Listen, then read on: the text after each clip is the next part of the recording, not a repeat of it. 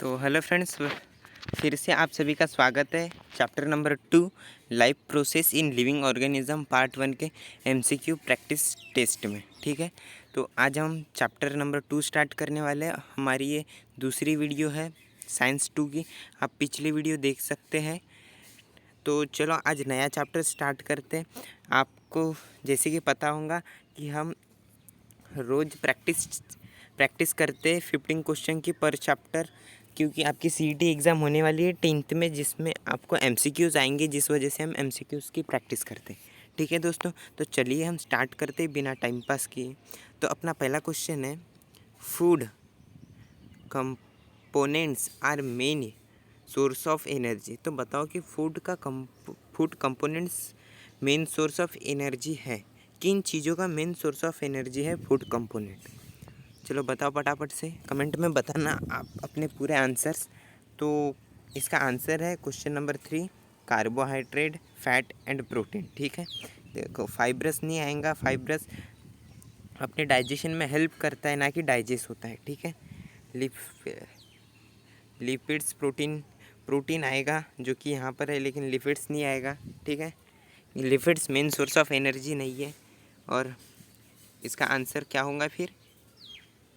इसका आंसर होगा 3, carbohydrates. Just a minute, carbohydrate, fat and protein इसका आंसर होगा। ठीक है, अब चलते हैं आगे।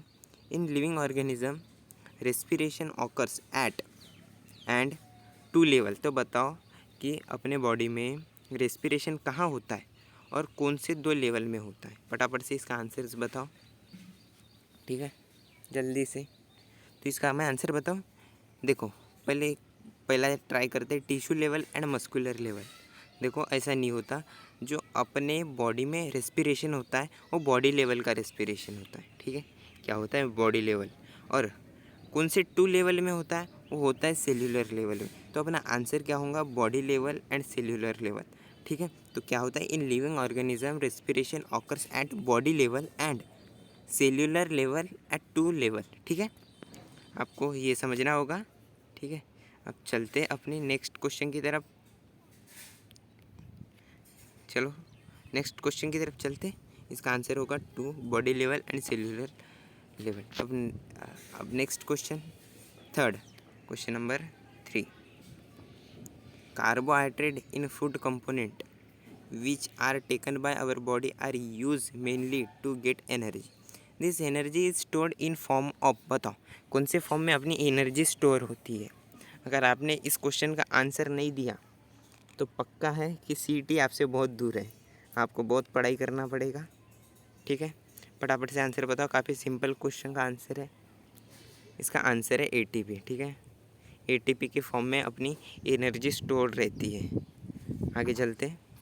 इन cellular level of respiration carbohydrate is oxidised step by step. बताओ इसका आंसर क्या होगा? काफ़ी सिंपल है ये भी। बताओ, cellular level respiration glucose carbohydrate is oxidised step by step. क्या होता है? ग्लूकोज और कार्बोहाइड्रेट ऑक्सीडाइज होते हैं स्टेप बाय स्टेप। तो इसका आंसर क्या हो जाएगा? ग्लूकोज। ठीक है, आगे चलते। आगे का क्वेश्चन थोड़ा समझने वाला है, तो आपको इसको समझना जरूरी है। Try carboxylic acid cycle is operated on molecular of acetyl को एंजाइम है।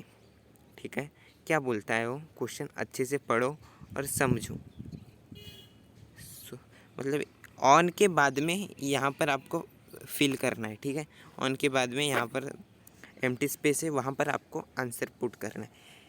बताओ क्या होगा? Tricarboxylic acid cycle is operated on filling the blanks molecule of acetyl coenzyme. बताओ फटाफट से आंसर। इसका आंसर बताओ क्या होगा? इसका आंसर होगा माइटोकॉन्ड्रिया। क्या होगा answer? Mitochondria. Try carboxylic acid cycle is operated on mitochondria molecule of acetyl coenzyme. ठीक है, अब चलते क्वेश्चन नंबर 6 की तरफ। A cyclic reaction of try carboxylic acid was discovered by. अब इसका आंसर बताओ कि किसने try carboxylic acid cycle discover किया था? क्वेश्चन नंबर 6 है, इसका आंसर बताओ फटाफट से। इसका आंसर होगा 3rd। देखो ये इस प्रोसेस को हम क्रेब साइकिल भी कहते हैं, पता है ना आपको। तो अब देखो कि इन सभी के इसमें क्रेब कहाँ पर है, ठीक है। तो ये आता है सर हैंस क्रेब, ठीक है। तो इस पर से भी आप थोड़ा क्लू लगा सकते हो, इसका आंसर आएगा सर हैंस क्रेब ने ट्राई कार्बोक्सिलिक एसिड साइकिल को डिस्कवर किया था, ठीक है। अब नेक्स्ट क्वेश्चन की तरफ चलते हैं। क्वेश्चन नंबर 7 है, protein, insulin and trypsin are obtain from amino acid are present in.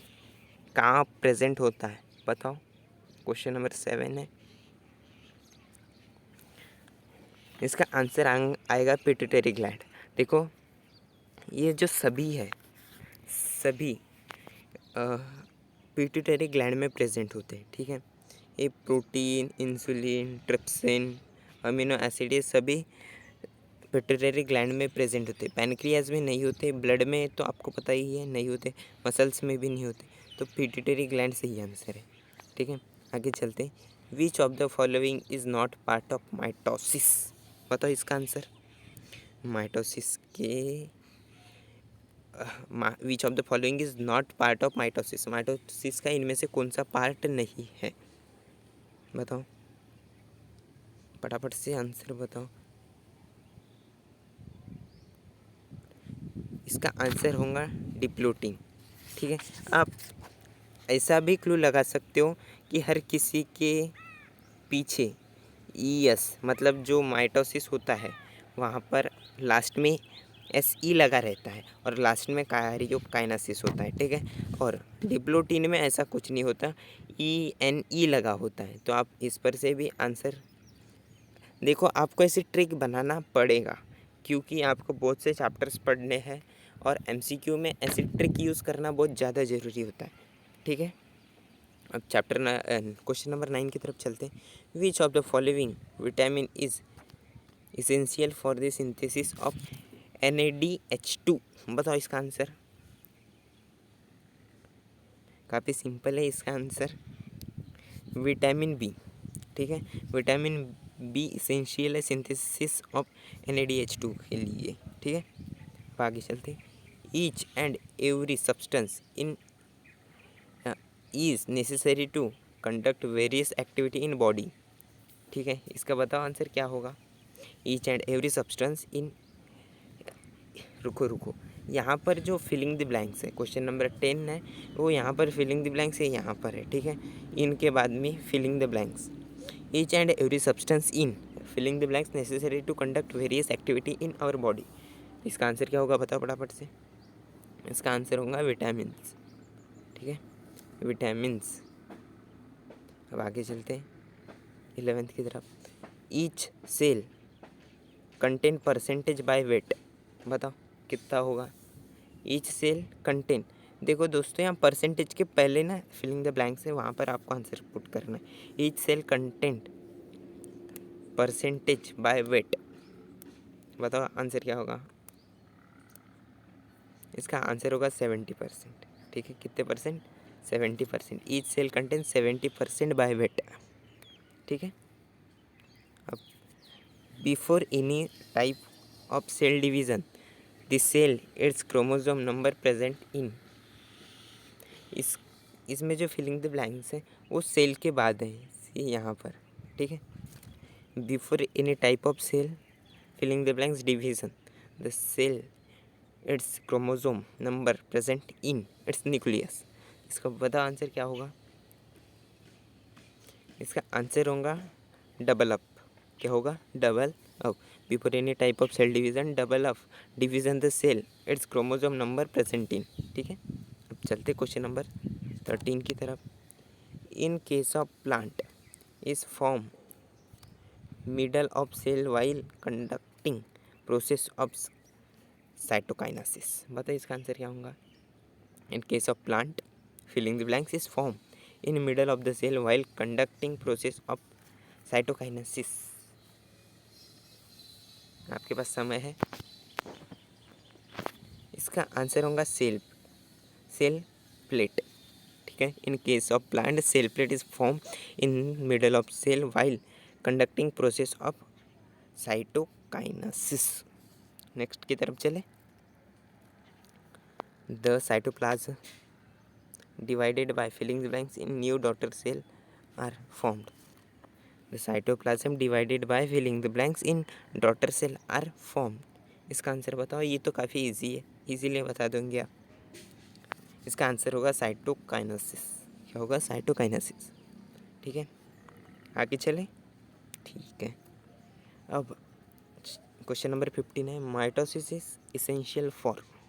Mitosis किस चीज़ के लिए इसेंशियल होता है? बताओ। रिस्टोरेशन ऑफ, देखो यहाँ पर पूरे एग्जाम्पल पढ़ना जरूरी है। Restoration of emaciated body, wound healing, formation of blood cell. अब क्या होगा बताओ। देखो यहाँ पर भी यूज़ होता है, फॉर्मेशन ऑफ ब्लड सेल में भी और यहाँ पर भी। तो इसका आंसर आएगा ऑल ऑफ द अबो। क्या आएगा? All of the above. ऐसे क्वेश्चन काफ़ी पूछे जाएंगे आपको आपके एग्ज़ाम में, ठीक है। तो आपको ध्यान रखना है।